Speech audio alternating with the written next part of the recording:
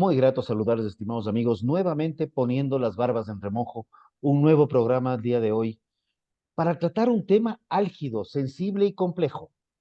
Realmente los temas de seguridad han estado en la palestra política desde hace ya más de 2 años. Las estadísticas y las encuestas nos siguen diciendo que la seguridad es una de las mayores preocupaciones de los ciudadanos y evidentemente quienes estamos mirando noticias permanentemente lo visibilizamos de esa manera.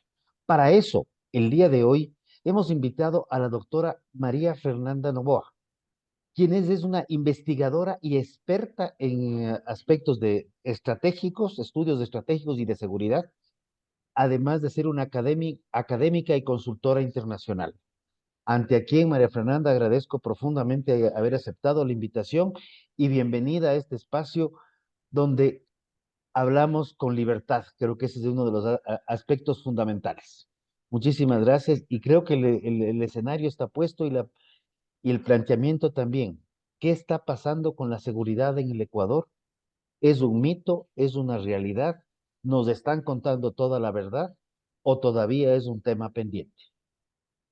Bueno, primero buenas noches para todos quienes nos están escuchando. Gracias, Rodrigo, por la invitación. Realmente es un honor para mí, digamos, mi orientación, no solamente académica, sino investigadora, ha sido de poder servir de alguna manera con mis criterios y con la expertise para que la ciudadanía esté mejor orientada de algunos temas que al parecer se empeñan en desorientarnos de manera permanente. O sea, esa creo que es una de las graves preocupaciones. Vivimos una campaña en el 2023 que marcó, que yo creo que marca un antes y un después en la política ecuatoriana, que fue el asesinato de Fernando Villavicencio. Ya se venía hablando de los temas de narcopolítica y recuerdo a Francisco Huerta que nos hablaba de esto en la época del famoso tema de Angostura. Pero ¿cómo está la situación actual? Creo que nadie más que tú has podido estar siguiendo los datos y las cifras y las declaraciones públicas, que creo que no van de la mano con las cifras.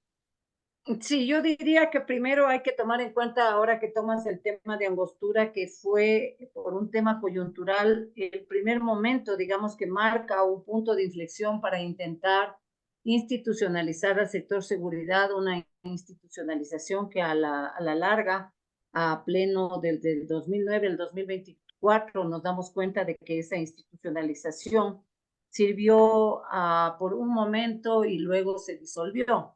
La suerte es que estamos viviendo prácticamente un proceso de criminalización del Estado que ha ido avanzando de manera paulatina.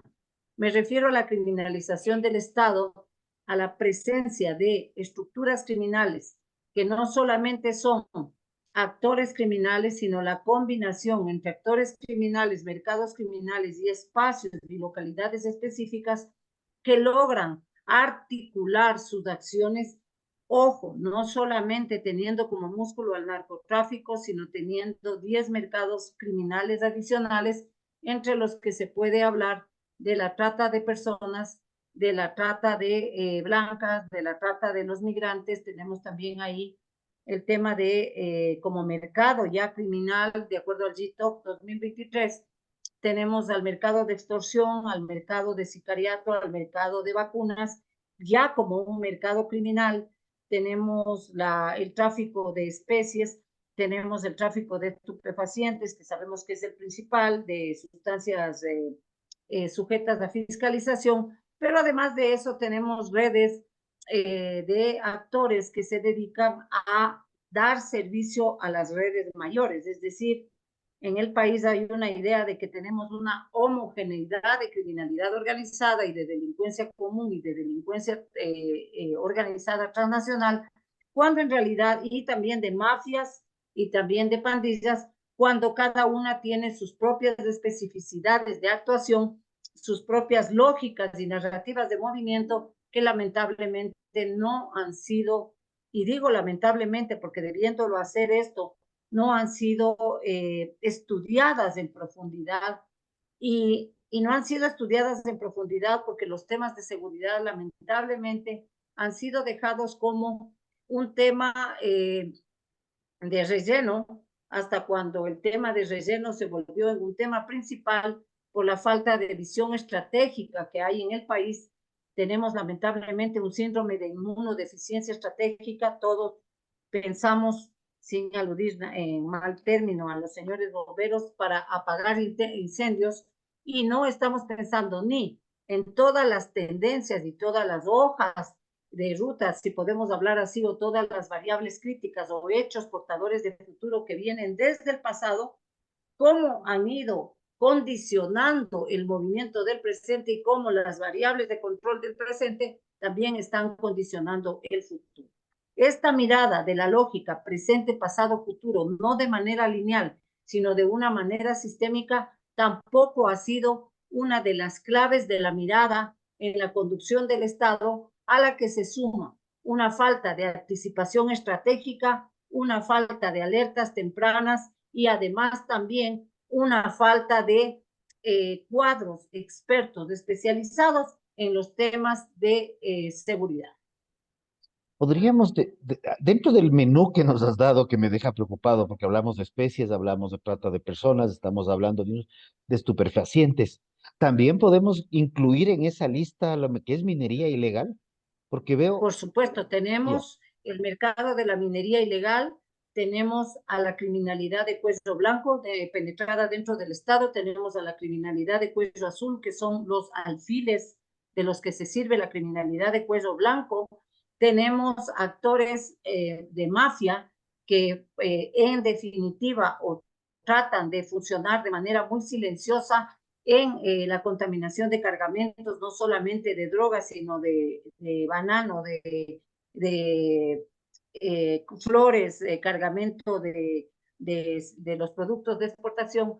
Es decir, y además de eso tenemos pandillas que a la larga están funcionando como ecosistemas criminales. Muchos colegas expertos no le dan mucha credibilidad, posiblemente porque no profundizan adecuadamente qué es lo que se entiende por un ecosistema criminal, donde se fusionan dos o tres estructuras de diferentes niveles, los brazos armados, lo que podríamos llamar los grupos mafiosos de alto nivel, que son los brazos operativos de los grandes carteles, pero entendiendo que esos carteles responden a mafias internacionales de un nivel mayor. Si se piensa que solo Jalisco Nueva Generación, se piensa que el cartel de Sinaloa ahora con mucha fuerza, el cartel Tren de Aragua, este grupo de los Pepes, los Michis por el Perú, son los únicos que operan.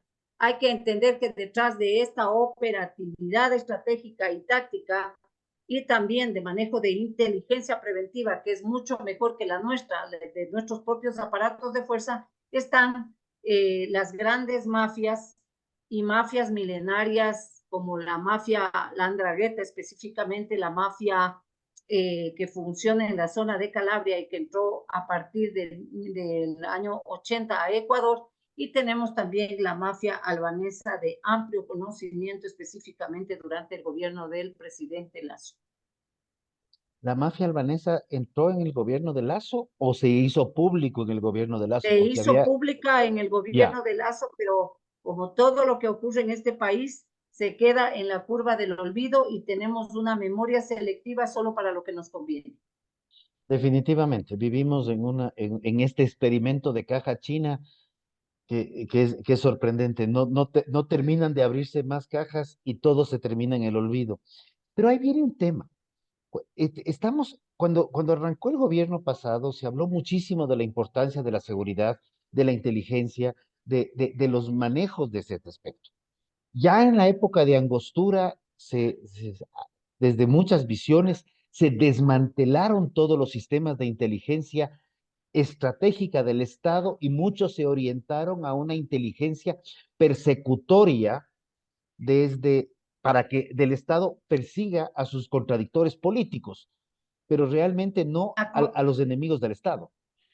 Sí, acordémonos que por qué se institucionalizó, esto es muy importante. Nosotros pertenecemos como Ecuador a la tercera ola de democratización de la inteligencia, es decir, del control civil o de la conducción civil de la inteligencia estratégica, es decir, aquella inteligencia que sirve al Estado, para tener información de alto valor agregado o gestión de conocimiento estratégico para la toma de decisiones anticipada y la toma de decisiones con ventaja estratégica. A Ecuador llega esto de manera coyuntural por el ataque de Angostura, no por una necesidad, como se había visto en otros países, como el primero que fue Argentina, luego tenemos Chile, luego tenemos también Perú, etcétera, países que ya nos antecedieron, específicamente Argentina, que fue el primero, en hacer este proceso de conducción de inteligencia con control civil. En Ecuador llega por el tema de Angostura.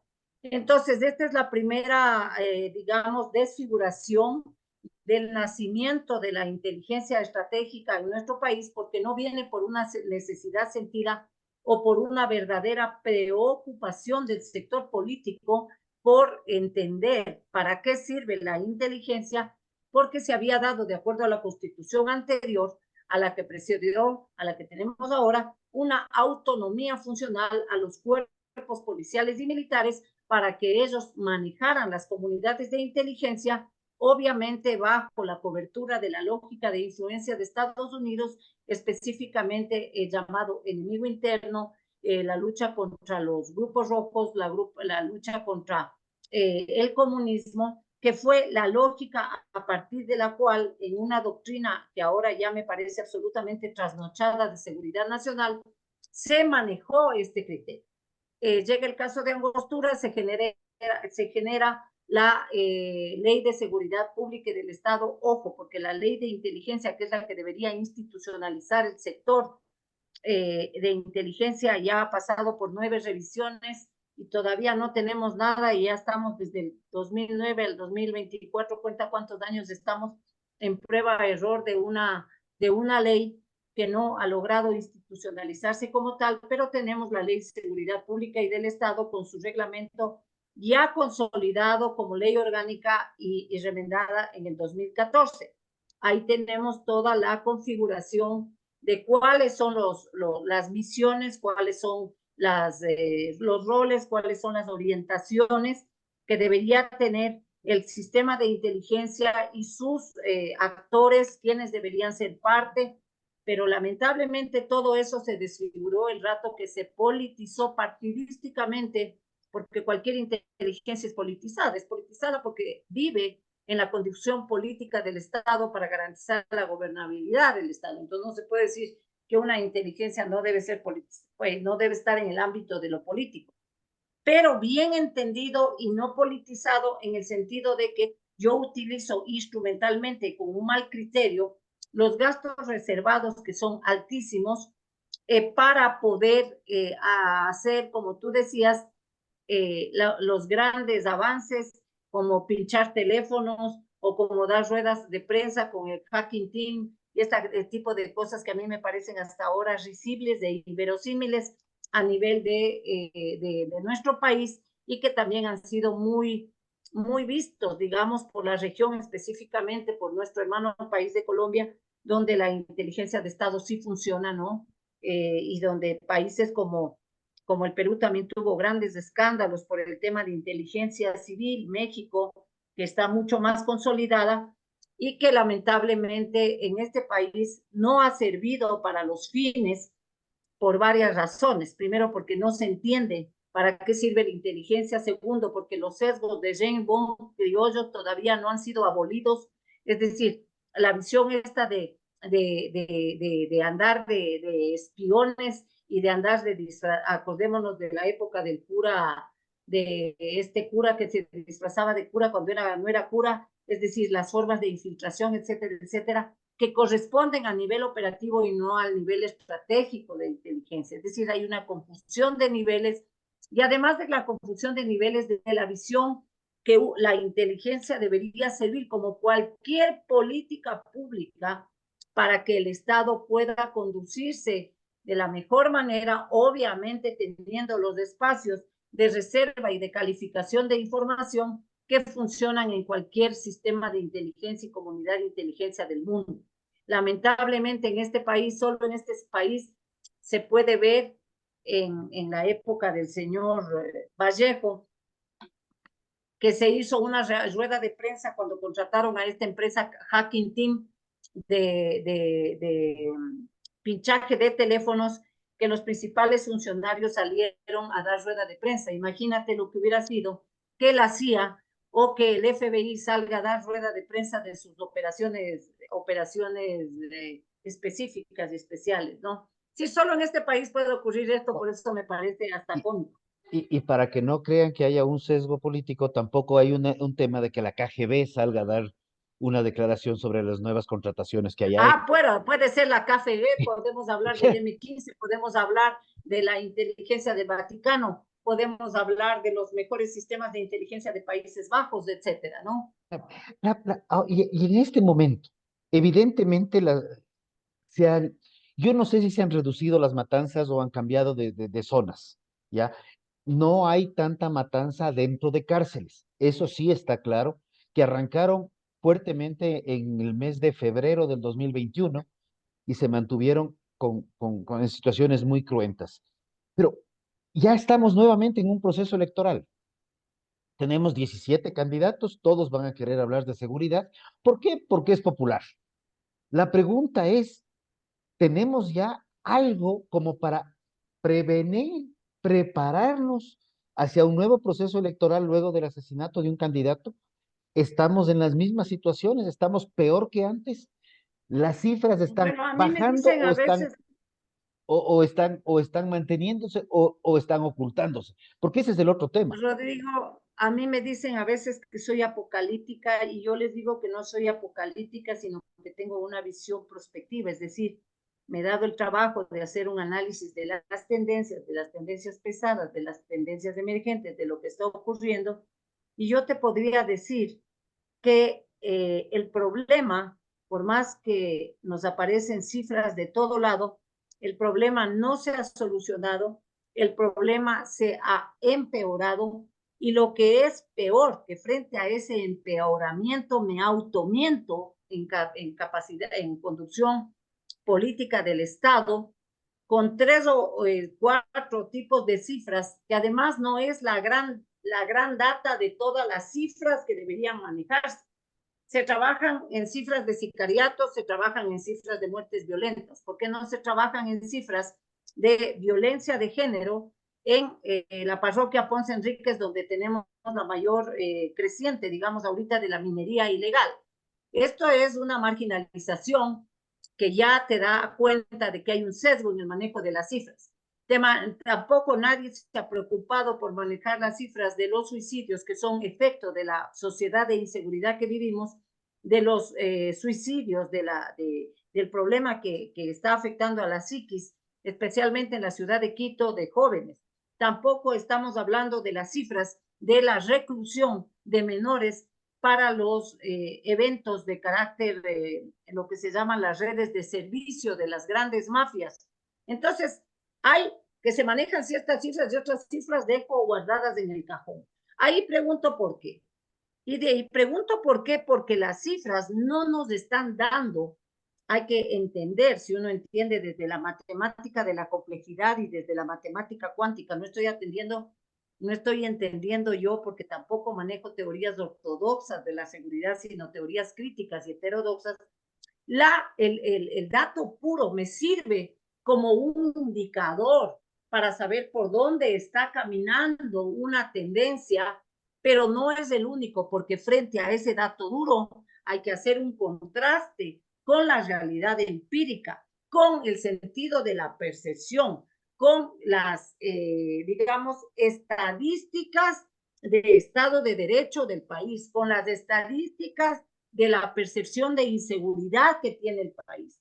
Es decir, las cifras no es que se manejan al aire, así nomás tiro una cifra y aquí me tienen que aplaudir porque he bajado el tanto por ciento, que obviamente sí se siente, ¿no? Pero el tanto por ciento que se bajó en Guayaquil, subió en Durán. El tanto por ciento que potencialmente se intenta bajar en Durán, sube en el área de la minería ilegal, Zamora Chinchipe, Morona Santiago,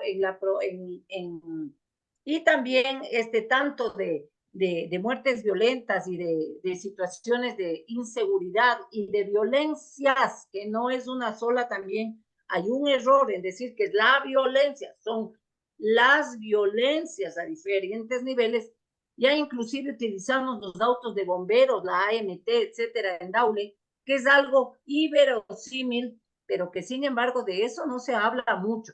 Entonces se habla de que voy a traer muchos recursos de afuera, que tengo el apoyo del Banco Interamericano, que tengo el apoyo operativo de los cuerpos de élite del FBI, de los cuerpos de élite de la policía brasilera, federal, que son expertos en cárceles. Sí se habla de todo esto, pero mucho bla bla, ¿dónde están los resultados? El problema es que no hay una rendición de cuentas de lo que se ha venido haciendo, ¿no es cierto? Y este es un gran error porque toda política pública a nivel del Estado tiene que tener su evaluación, su rendición de cuentas para reorientar el rumbo en el caso de que se requiera, y si no se requiere reorientar el rumbo, trabajar por el mismo sitio, pero mostrar resultados.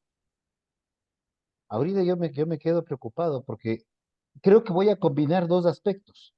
Tenemos una muy mala memoria y nos acordamos de lo que nos interesa, y el momento que los resultados y las cifras se utilizan en función de los requerimientos del gobierno de turno, llegas a un punto en el cual realmente la encrucijada es muy fea, porque dices cualquier cifra el lunes, puedes modificarla para el próximo lunes o 15 días más tarde, pero como ya te olvidaste la anterior, la nueva es la que te queda pendiente y nos quedamos Claro, tranquilos, pero eso pero ocurre dentro, es decir, eso ocurre a nivel doméstico y a nivel local, pero eso no ocurre con las mejores encuestadoras o con gente que maneja con seriedad.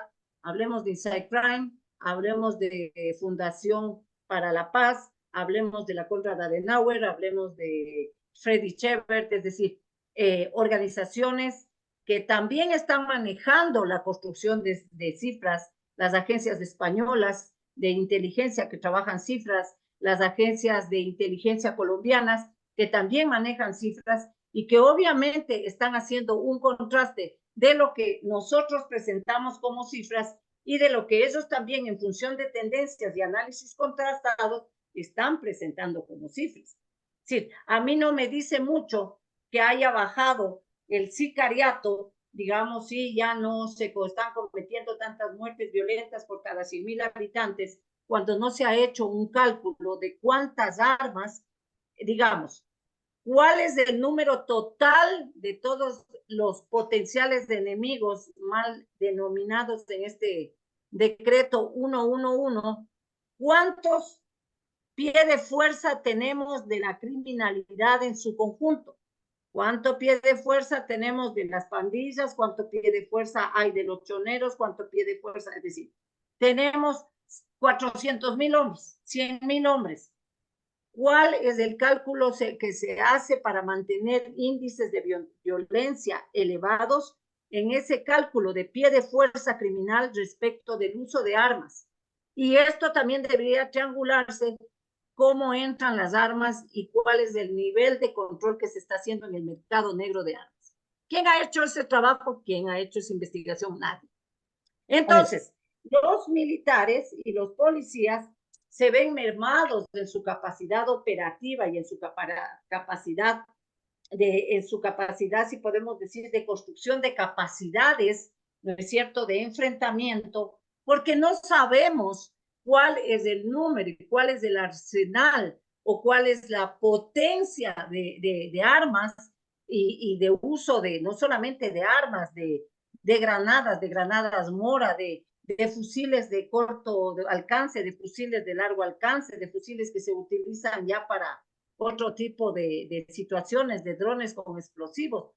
Sobre esto debería decirse algo y sobre esto deberías decir algo. La Dirección de Inteligencia, la Dirección de Inteligencia de la Policía, de las Fuerzas Armadas, pero sobre esto no se dice nada. Y esto es preocupante, porque por eso estamos en el juego del gato y del ratón. Es decir, hay un desplazamiento y un esfuerzo diluido del pie de fuerza militar y policial.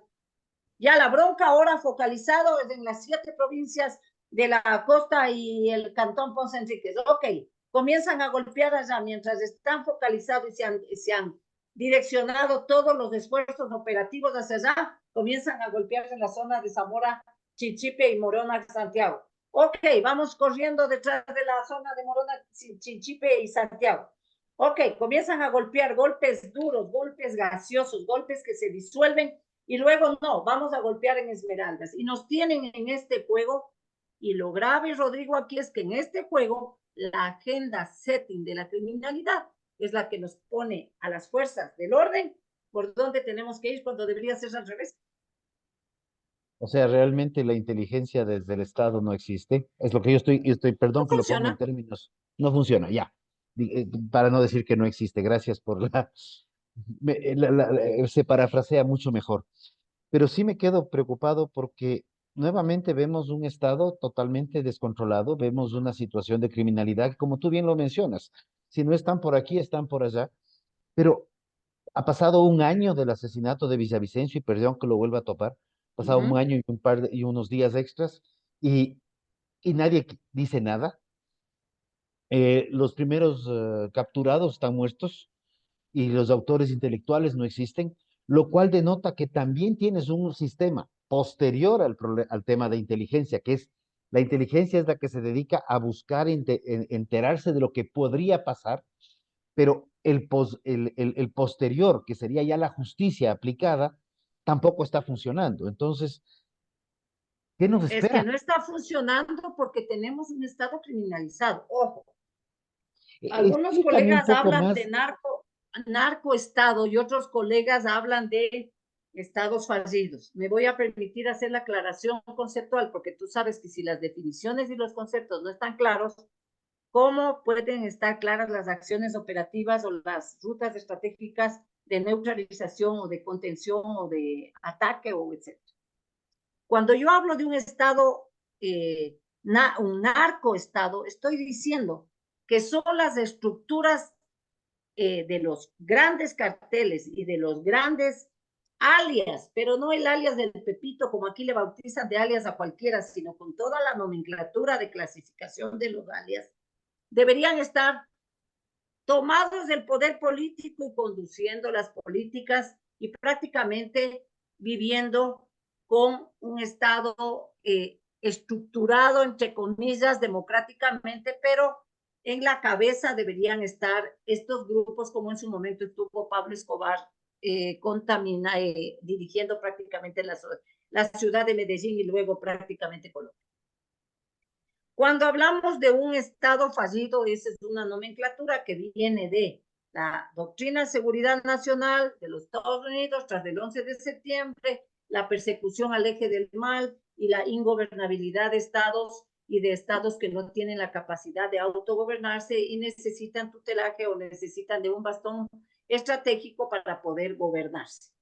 Y lo que yo estoy diciendo que en el país se vive es un estado criminalizado donde hay zonas de soberanía criminal, lo que nos demuestra, ahí no las cifras, sino la evidencia empírica, lo que está ocurriendo en los barrios de Quito, en Solanda, lo que está ocurriendo en todas las zonas del sur y del norte, nos da la idea de que el Estado tiene zonas de control por parte de estructuras criminales que además no están claramente identificadas, lamentablemente, a pesar de que también nos quieren decir que ya tienen las 22 estructuras terroristas estipuladas, que tienen criminalidad organizada clara y que tienen los grupos beligerantes, porque si no, no hubieran decretado un estado de excepción como el que se decretó.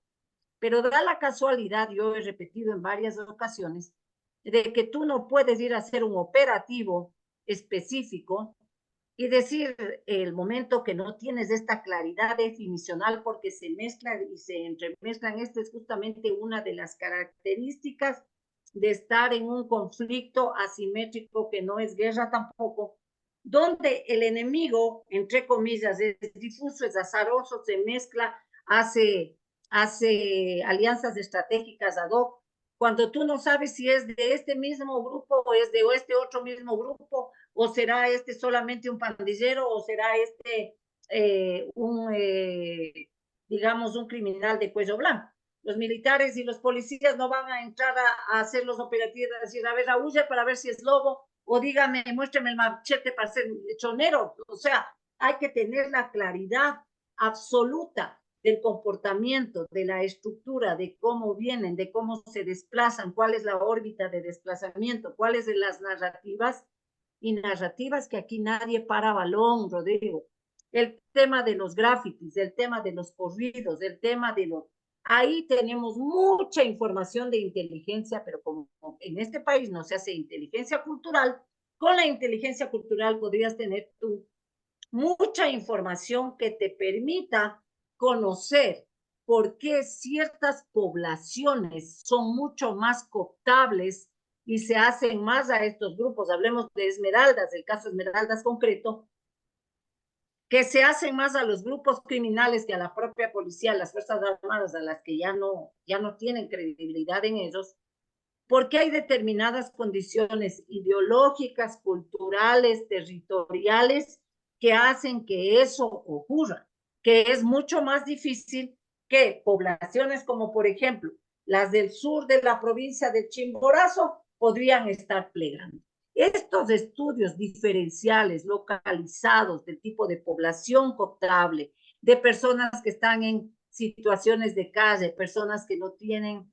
la infraestructura de vida, que no tienen oportunidades de trabajo, es decir, este desarrollo desigual del Estado, es lo que abre la posibilidad a que la criminalidad organizada se mueva como quiere, que haga como quiere y que sobre todo tenga la capacidad de cooptación o por las buenas o por las malas de ciertas poblaciones.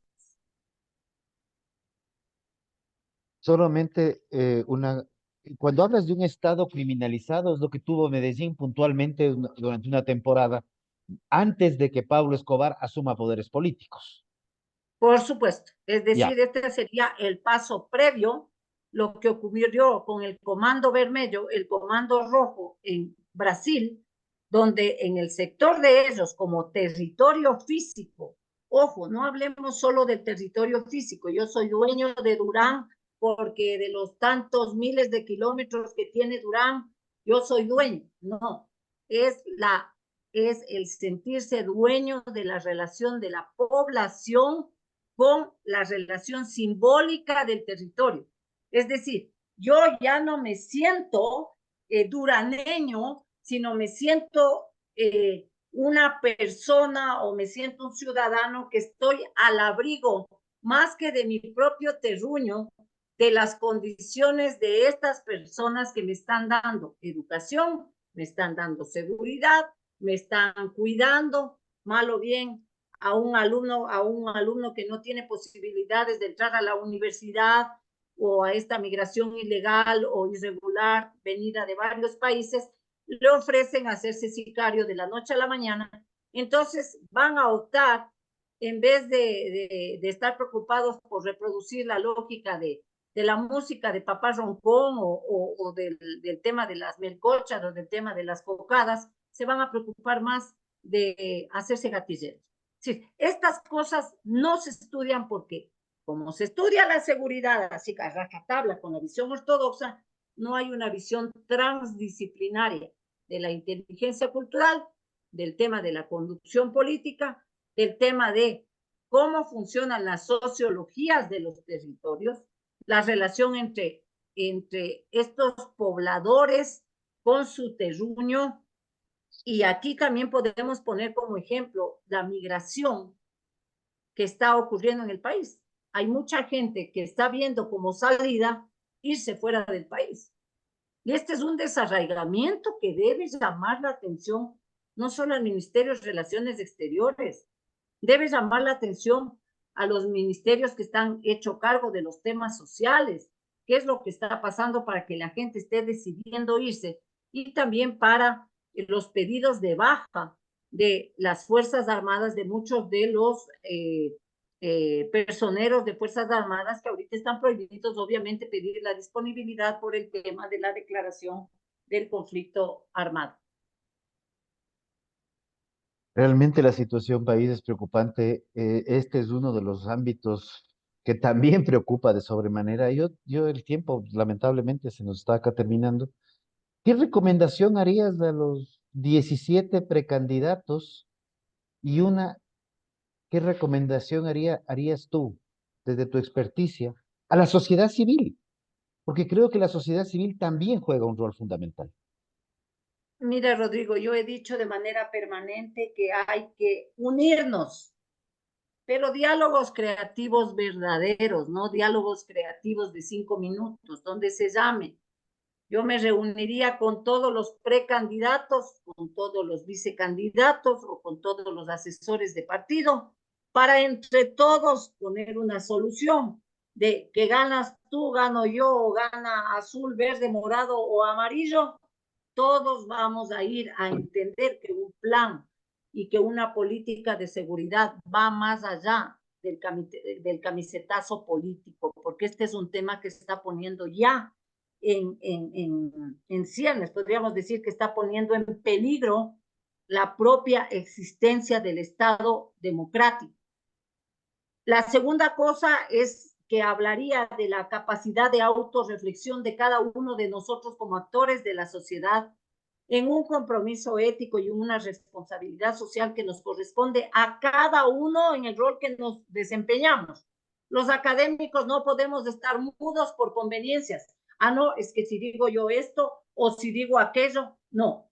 Los académicos tenemos que tomar una postura y tratar, y los investigadores desde diferentes ángulos, los criminólogos, los securitólogos, los complexólogos, los politólogos, etcétera, poner sobre el tapete estos temas para ir orientando a la ciudadanía. La gente que hace comunicación, los medios, los stakeholders, los generadores de opinión, tienen también una responsabilidad de investigar adecuadamente, no de asustar, no de amarillizar la información. Es obligación hacer investigación seria, profunda de los diferentes temas que alerten lo que está ocurriendo en el Estado. Tenemos también ahí otros actores que no oigo ni siquiera que hablan. Los señores de los derechos humanos que para otros motivos sí gritan hasta no sé dónde.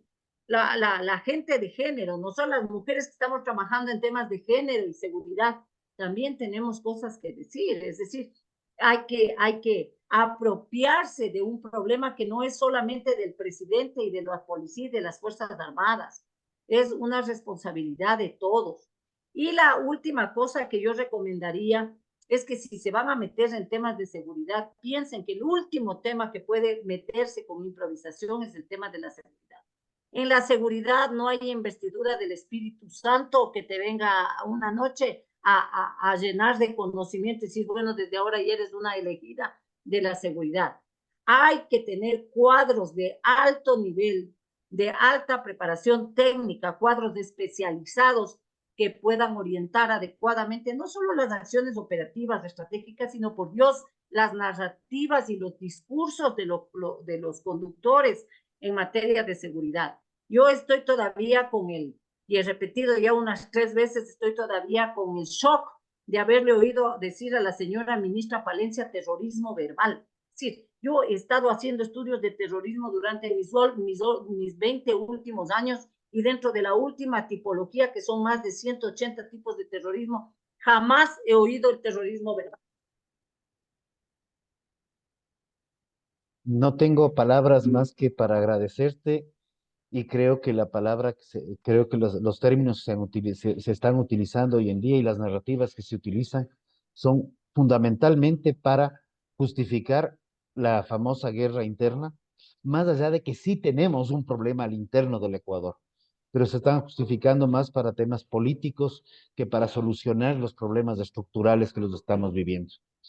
Me quedo mucho con algo que mencionaste. La política de seguridad tiene que ser una política de Estado, no es una política de un funcionario, no es una política de un gobierno, es algo que debe ser una visión de todos los candidatos pensando en un solo Ecuador, no pensando en Ecuadores divididos, no pensando en fomentar más divisiones, sino por el contrario, fomentar lo que tú has dicho, una unidad para todos. María Fernanda, yo quiero agradecerte profundamente el tiempo. Y no sé si es alguna palabra adicional, ya nos toca despedir. No, la única palabra adicional es que me ha encantado tener la entrevista contigo.